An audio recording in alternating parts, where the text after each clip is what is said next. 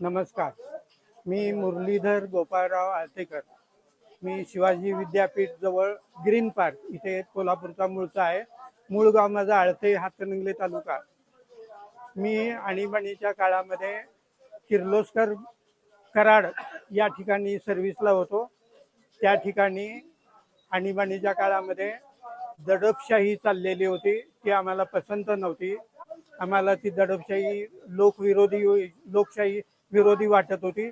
आम्ही त्याचा निषेध करायचं ठरवलं आणि आम्ही दररोज 8-10 लोक असे चावडी चौकामध्ये दररोज संध्याकाळी अगदी गर्दीच्या वेळेला निदर्शनं करत होते.